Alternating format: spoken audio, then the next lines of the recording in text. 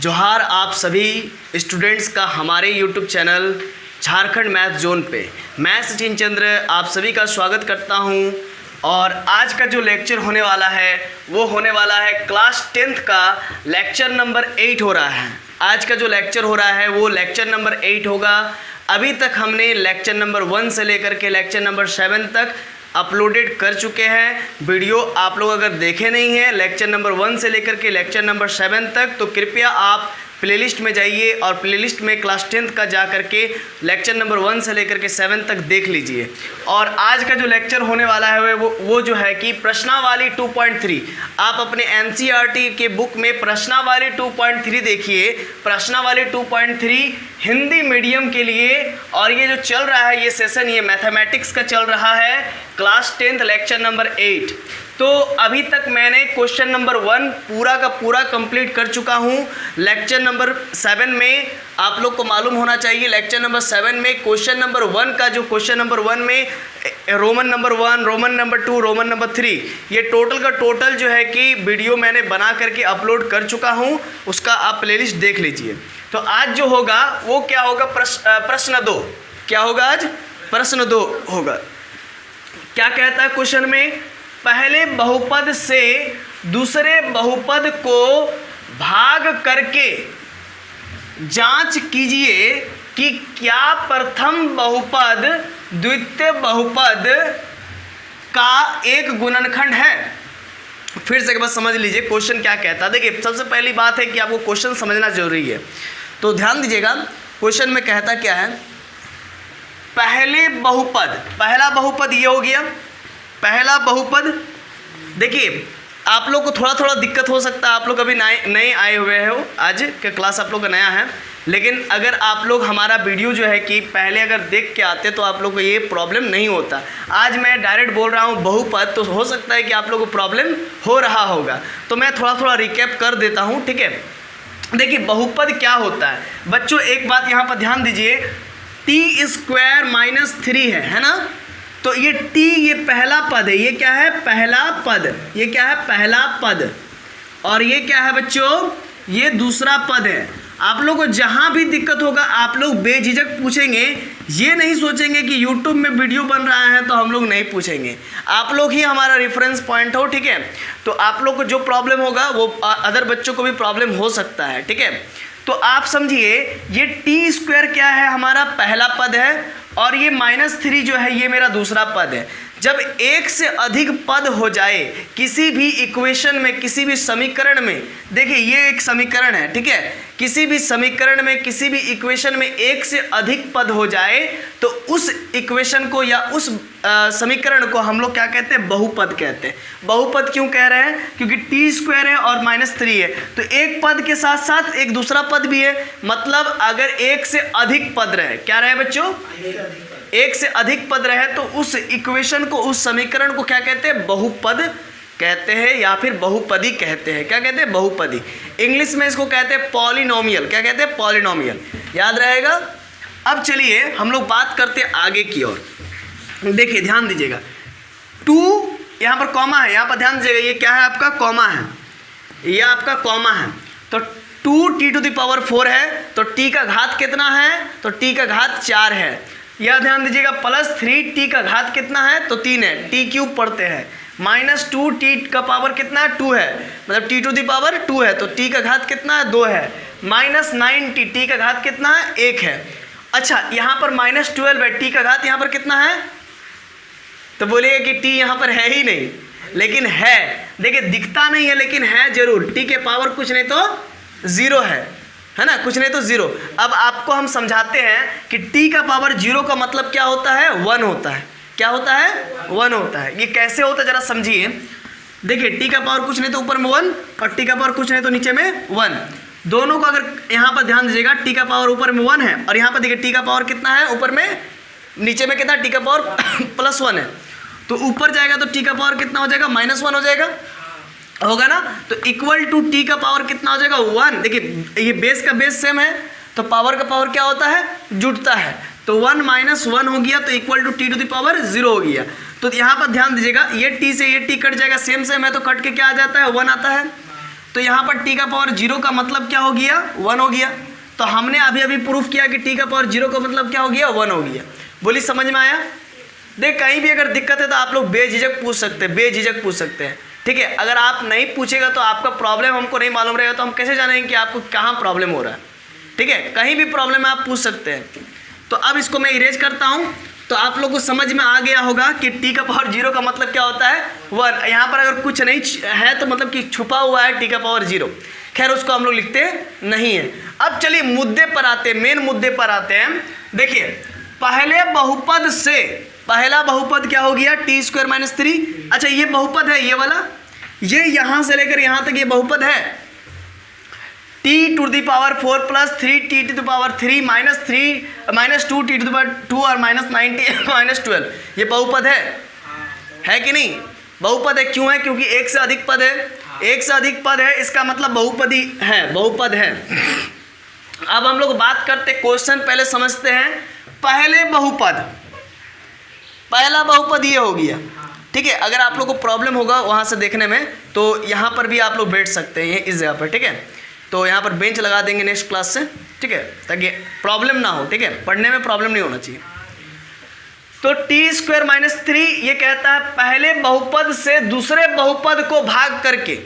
तो पहला बहुपद से दूसरा बहुपद को क्या करना है, भाग करके जांच कीजिए कि क्या प्रथम बहुपद द्वितीय बहुपद एक गुणनखंड है या नहीं।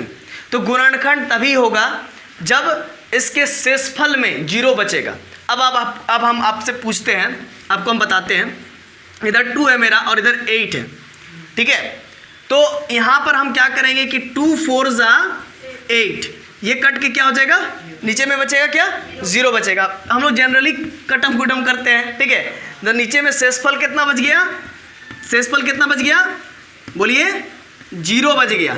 अगर शेषफल 0 आ जाए, सुनिए बढ़िया से ध्यान से, अगर शेषफल 0 आ जाए तो कहते हैं कि हाँ प्रथम बहुपद, तो कहते हैं हाँ प्रथम बहुपद द्वितीय बहुपद का एक गुणनखंड है, ये कहेंगे। बात समझ में आ गया, पूरा क्लियर हो गया, कंसेप्ट क्लियर हो गया ना। चलिए बहुत अच्छा। तो ये कंसेप्ट क्लियर करना बहुत ज़रूरी था। अब हम लोग क्या करते हैं बच्चों, अब हम लोग क्या करते हैं कि हम लोग इसको इससे डिवाइड करेंगे, भागा देंगे। अभी तक आप लोग ये 2 से 4 को डिवाइड देते थे, 4 को 3 से डिवाइड करते थे, या फिर 8 को 2 से डिवाइड करते थे। ऐसा आपने अभी किया है, ये सब आप लोग जानते हैं। क्लास 9th में भी अगर आप पढ़े होंगे तो ये चीज़ था। तो आज हम लोग क्या करेंगे, ये अलजेब्रिक चीज़ें हैं, ये अलजेब्रिक टर्म्स हैं, इसको आपस में डिवाइड देंगे। ये भले ही आपके लिए नया हो सकता है, एक बार में आपको दिक्कत हो जाए समझने के लिए, तो कोई बात नहीं, आप घर जा कर के वीडियो को पॉज कर करके देखिएगा जरूर, ठीक है, समझ में आएगा। और कोशिश कीजिए अभी समझने का, अगर प्रॉब्लम है तो आप हमसे पूछ सकते हैं। चलिए ध्यान दीजिएगा बच्चों, सबसे छोटा टर्म कौन सा है, टी स्क्वायर माइनस 3। तो इसको हम लोग बाहर में रखेंगे, टी स्क्वायर माइनस 3 को, और अंदर में क्या भरेंगे, T to the power 4 plus 3 T to the power 3 और minus 2t square minus 9t और माइनस का 12। बोलिए यहां तक समझ में आया। अब ऐसा क्यों किए, पहले बहुपद से दूसरे बहुपद को भाग करने के लिए कह रहा है, पहला बहुपद से दूसरा बहुपद को भाग करने के लिए कह रहा है। तो पहला बहुपद ये हो गया, दूसरा बहुपद ये हो गया, तो पहला बहुपद से दूसरे बहुपद को भाग करने के लिए भाग। तो ये देखिए इसको क्या कहते हैं, इस पूरे टर्म को क्या कहते हैं बच्चों, इस पूरे टर्म को क्या कहते हैं, भाज्य कहते हैं। क्या कहते हैं, भाज्य कहते हैं। इसको क्या कहते हैं, भाजक। क्या कहते हैं, भाजक। भाजक जो डिवाइड करता है, किसी को काटता है। जैसे यहाँ पर अगर हम बात करें 2 और यहाँ पर बात करें 8, तो 2 क्या कर रहा है, 2 8 को काट रहा है। मतलब 8 जो नंबर है, 8 को मेरे पास जो है कि लॉलीपॉप है, तो 8 को लॉलीपॉप को 2 बच्चों में बांट रहे हैं। इसका मतलब 2 जो है कि 8 को बांट रहा है। कह सकते हैं कि 2 लड़का 8 लॉलीपॉप को बांट रहा है, 4-4 करके। तो ये बात है। तो उसी प्रकार से इसको भाजक कहते हैं, इसको कहते हैं भाज्य। और जो इधर आ जाए आपके दाहिने पक्ष पे, इसको कहते हैं भागफल। क्या कहते हैं, भागफल। और जो नीचे में कट कूट करके बच जाता है, जैसे यहाँ पर क्या बचेगा, कट 0 बचेगा, तो इसका शेषफल कितना हो जाएगा, 0। यहाँ पर शेषफल कितना हो जाएगा, अब देखेंगे करके कि यहाँ पर क्या शेषफल होता है। तो इतना तो यहाँ पर आपको समझ में आ गया होगा। अब मैं इसको इरेज करता हूँ। और आपको समझाने का यहाँ पर कोशिश करता हूँ, आप लोग समझिएगा। अगर यहाँ पर शेषफल 0 आ जाए तो फिर हम कहेंगे कि हाँ प्रथम बहुपद द्वितीय बहुपद का एक गुणनखंड है, चूंकि शेषफल 0 आया है इसीलिए। चलिए अब हम लोग काम करते हैं, आप लोग आशा है कि ये चीज़ समझ गए होंगे। ये क्या है t², ये है -3। तो यहाँ पर हम लोग क्या करते हैं साइड में, है ना, यहाँ पर हम लोग क्या करते हैं t² है तो हम लोग t² एज इट इज़ लिख लेते हैं t²। और इसमें क्या मल्टीप्लाई करोगे, सुनो बढ़िया से, t² में क्या मल्टीप्लाई करोगे कि 2 × t⁴ आ जाए। हमको रिजल्ट क्या चाहिए, 2 × t⁴ चाहिए। सुन लो बढ़िया से, हम t² में क्या मल्टीप्लाई करेंगे, हम t² में क्या मल्टीप्लाई करेंगे कि मेरा रिजल्ट 2 × t⁴ आ जाए। तो सबसे पहले हमको तो दिख रहा है यहाँ पर t² छुच्छे हैं, मतलब खाली है, t² खाली है, तो t² में हम क्या मल्टीप्लाई करेंगे कि 2 हो जाए, तो 2 मल्टीप्लाई करेंगे सबसे पहले, है ना। अब t² में क्या मल्टीप्लाई करेंगे कि t⁴ हो जाए। देखिए t का पावर 2 × t का पावर 2, तो बेस का बेस सेम है तो पावर के पावर जुड़ जाएगा, तो 2 + 2 क्या हो जाएगा, t का पावर 4 हो जाएगा। होगा कि नहीं होगा। तो अब आप हमको बताइए कि t² में क्या मल्टीप्लाई करेंगे कि मेरा 2 × t⁴ हो जाए। क्या मल्टीप्लाई करेंगे, t² है ऑलरेडी, तो इसमें हम क्या मल्टीप्लाई करेंगे कि मेरा 2 × t⁴ हो जाए।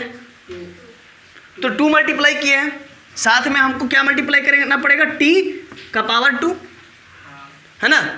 तो t² में हम 2 × t का पावर 2 मल्टीप्लाई कर देंगे, तो देखिए ऊपर में 2 है तो 2 + 2 4 हो जाएगा, और यहाँ पर 2 भी मांग रहा है तो 2 मल्टीप्लाई कर देंगे। समझ गए ना। चलिए क्लियर हो गया बढ़िया से, चलिए बहुत अच्छा। तो t² में हम यहाँ पर मल्टीप्लाई करेंगे 2 × t का पावर 2, क्या मल्टीप्लाई करेंगे, t का पावर 2। अब आगे यहाँ पर मेरा -3 है और यहाँ पर क्या है मेरा 2 × t⁴ है। तो चलिए हम लोग यहाँ पर काम करते हैं। ये सब मिट रहा है तो कोई चिंता नहीं है, आप पॉज करके पीछे जाइए और देख लीजिए, कोई प्रॉब्लम नहीं। देखिए t² में हम लोग 2 × t⁴ मल्टीप्लाई किए तो मेरा क्या आ गया, 2 × t⁴ मिल गया। लिख लिए सिंपली, खुश हो इतना। चलो अब -3 में बच्चा देखो यहाँ पर एकदम बढ़िया से, -3 में हम क्या मल्टीप्लाई करेंगे, देखो t² में हम 2 × t⁴ मल्टीप्लाई किए तो हमको 2 × t⁴ मिल गया। ठीक है, अब मेरा -3 है, -3 में अगर हम 2 × t⁴ मल्टीप्लाई करें, देखो ये बच गया ना, तो इसको तो मल्टीप्लाई करना पड़ेगा ना। तो -3 में हम 2 × t⁴ मल्टीप्लाई करेंगे तो 3 दूना 6, -6 हो जाएगा, माइनस है। और t के माथे पर कितना है, तो t के माथे पर 2 है, तो t के खोपड़ी में 2 लटका दो। समझ में आ गया, कॉन्सेप्ट क्लियर हो गया। फिर से एक बार समझ लो, -3 को अगर हम 2 × t⁴ से मल्टीप्लाई करेंगे तो -6 × t⁴ हो जाएगा। इसका मतलब ये कि आगे इधर कुछ नहीं करना है, -3 को अगर 2 × t⁴ से मल्टीप्लाई करेंगे तो क्या हो जाएगा, -6 × t⁴ हो जाएगा।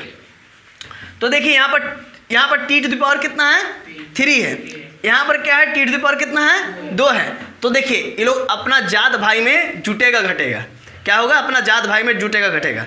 जैसे जात जात में शादी होता है ना, तो उसी प्रकार से ये मैथ्स भी कुछ इसी प्रकार से सोशल है, सोसाइटी वाला काम करता है। यहाँ पर सोसाइटी वाला नियम कानून को फॉलो करता है। यानी कि अभी आपका आंसर कितना आया, -6 × t⁴ आया है। तो यहाँ पर देखिए, यहाँ पर तो माथे पर कितना है, 3, तो इसके नीचे होगा क्या, नहीं होगा।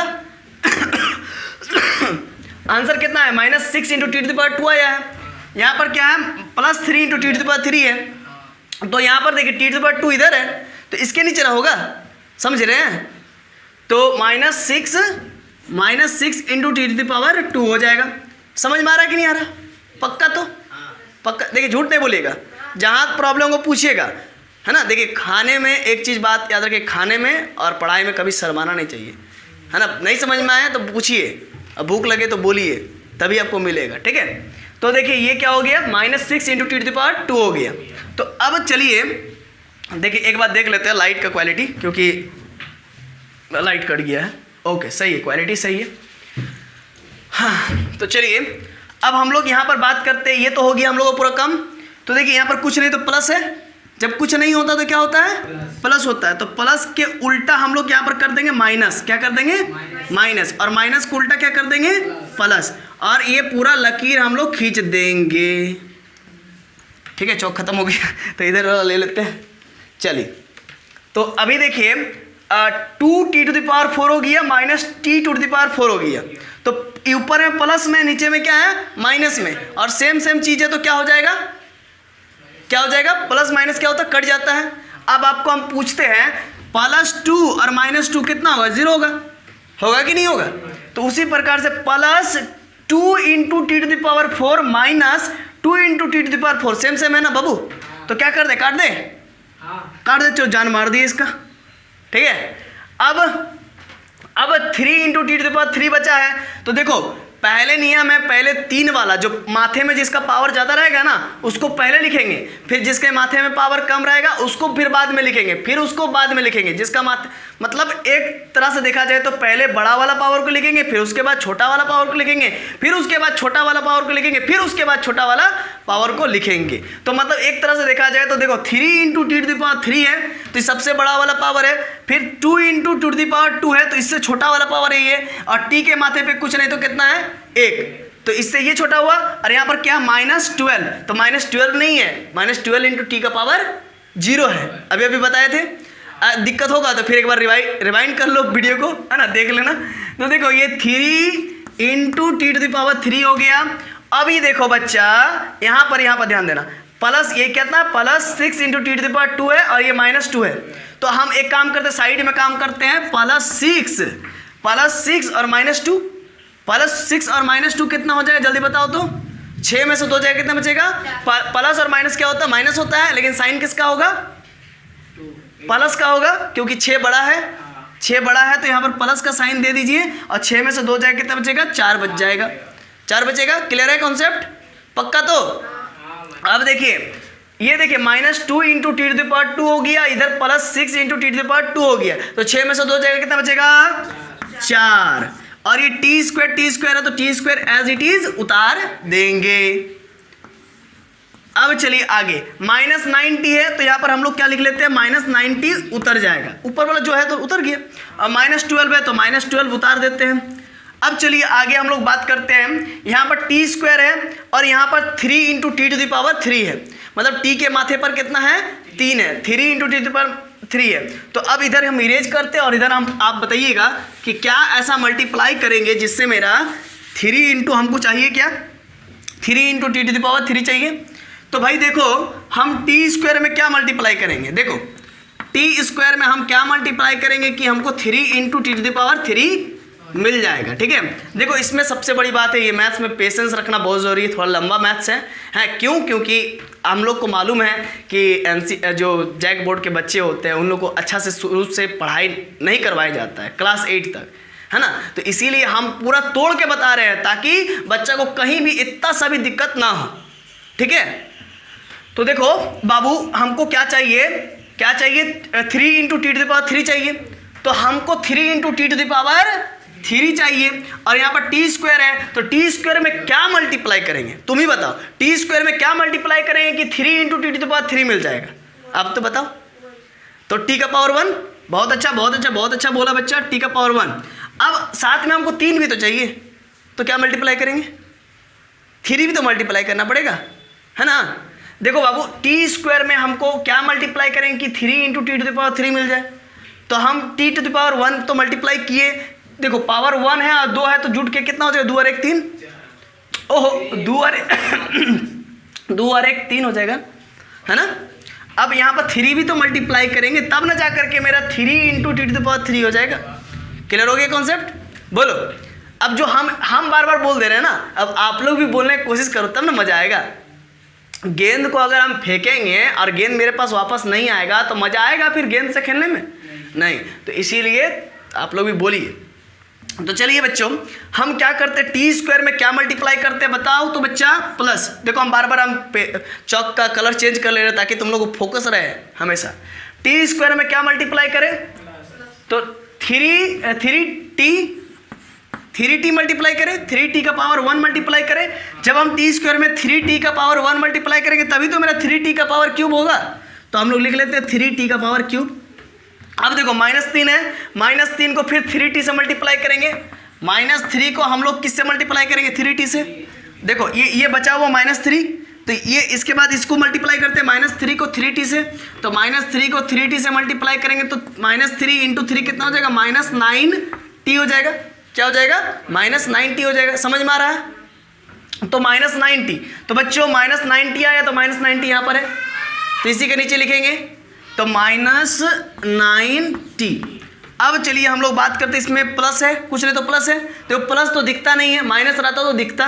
प्लस है तो प्लस का उल्टा क्या रखेंगे? बोलो माइनस। बहुत अच्छा, माइनस। अब माइनस को उल्टा क्या रखेंगे? प्लस। अब देखो 3t के क्यूब और 3t क्यूब सेम है, कट गया, ठीक है ना। तो थोड़ा सा हम इसको ऊपर कर लेते हैं, थोड़ा ज़्यादा ही नीचे हो गया क्योंकि फिर जगह नहीं बचेगा फिर बाद में। देखो प्लस है तो माइनस कर दो बाबू, माइनस है तो प्लस कर दो। ये -9t है, +9t कट गया। अब बचा क्या नीचे में? 4t स्क्वायर -12 बचा। 90 कट गया, इससे हमको अब कोई मतलब नहीं है। 4t स्क्वायर जो बचा उसको लिख लो, -12t है, -12 है उसको लिख लो, ठीक है। अब आप हमको बताओ कि t स्क्वायर में क्या मल्टीप्लाई करे कि मेरा 4t स्क्वायर हो जाए। अब देखो t स्क्वायर में क्या मल्टीप्लाई करे बच्चों, t स्क्वायर में क्या मल्टीप्लाई करे? देखो बाबू t स्क्वायर में क्या मल्टीप्लाई करेंगे कि 4t स्क्वायर हो जाएगा? बोलो हमको रिजल्ट में क्या चाहिए? हासिल क्या चाहिए? रिजल्ट में 4t स्क्वायर चाहिए। तो t स्क्वायर में क्या मल्टीप्लाई करेंगे? t स्क्वायर ऑलरेडी है रे बच्चा, क्या मल्टीप्लाई करेंगे? देखो t स्क्वायर है ना, तो हम इसमें क्या मल्टीप्लाई करेंगे कि 4t स्क्वायर होगा? 4 चाहिए, देखो यहाँ पर 4 चाहिए। टी स्क्वायर में हम क्या मल्टीप्लाई करेंगे? हमको 4t स्क्वायर मिलेगा। टी स्क्वायर ऑलरेडी है ना, देखो तो 4t स्क्वायर चाहिए, तो टी स्क्वायर ऑलरेडी है, पहले से है, तो इसमें क्या मल्टीप्लाई करेंगे? 4। बहुत अच्छा, 4 मल्टीप्लाई करेंगे। 4 मल्टीप्लाई करेंगे टी स्क्वायर में, तब तो 4t स्क्वायर होगा। समझ में आया ना?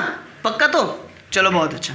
तो भाई देखो यहाँ पर टी स्क्वायर में हम +4 मल्टीप्लाई किए, ये t का पावर 1 है, 4 मल्टीप्लाई किए, तो टी स्क्वायर में जैसे ही 4 मल्टीप्लाई करेंगे तो क्या हो जाएगा? यहाँ पर देखो 4t स्क्वायर। अब जरा देखना, -3 को फिर किससे मल्टीप्लाई करेंगे? 4 से। तो -3 को अगर 4 से +4 से मल्टीप्लाई कीजिएगा तो कितना होगा? 3 चौक 12, तो माइनस का माइनस, 3 4 12, ठीक है। तो इस जगह पर क्या हो जाएगा? -12। अब यहाँ पर कुछ नहीं तो प्लस होगा, इसका उल्टा यहाँ पर क्या हो जाएगा? माइनस। ये माइनस है तो यहाँ पर क्या हो जाएगा? प्लस। अरे एक लकीर खींच दीजिए, 4t स्क्वायर प्लस में है, इधर माइनस में है, तो सेम क्या हो जाएगा? कट जाएगा। ये भी है, कट जाएगा। नीचे में कितना बचा? 0। देखिए नीचे में 0 बच गया, शेषफल हमारा क्या बच गया?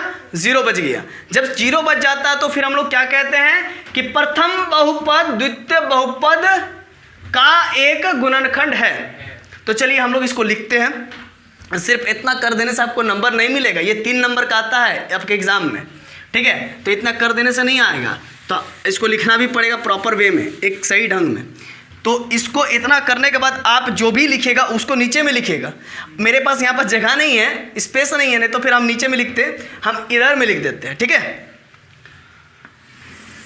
तो क्या लिखेंगे हम लोग? चूंकि देखिए ऐसा ही लिखेगा, जैसा हम लिख रहे हैं वैसे ही लिखेगा, नहीं तो फिर ये सब में भी नंबर कटता है, हाफ मार्क्स काट लेगा। चूंकि शून्य का मान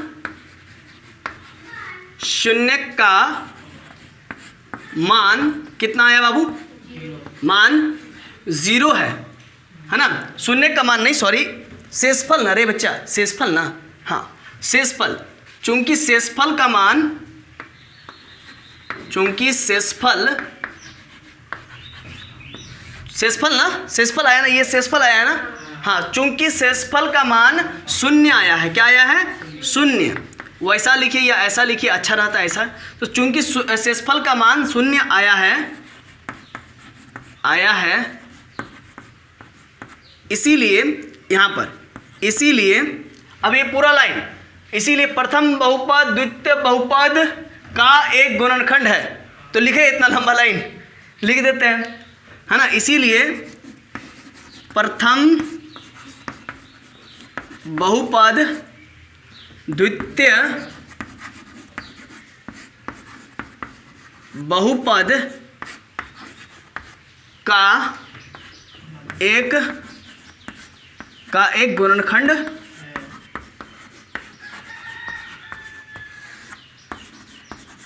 चलिए हो गया आपका। ये आप इतना कीजिएगा तब जाके आपको 3 नंबर मिलेगा। तो चलिए मैं देख लेता हूँ, आप तब तक इसको स्क्रीनशॉट लीजिए और तब तक मैं वीडियो को जो है कि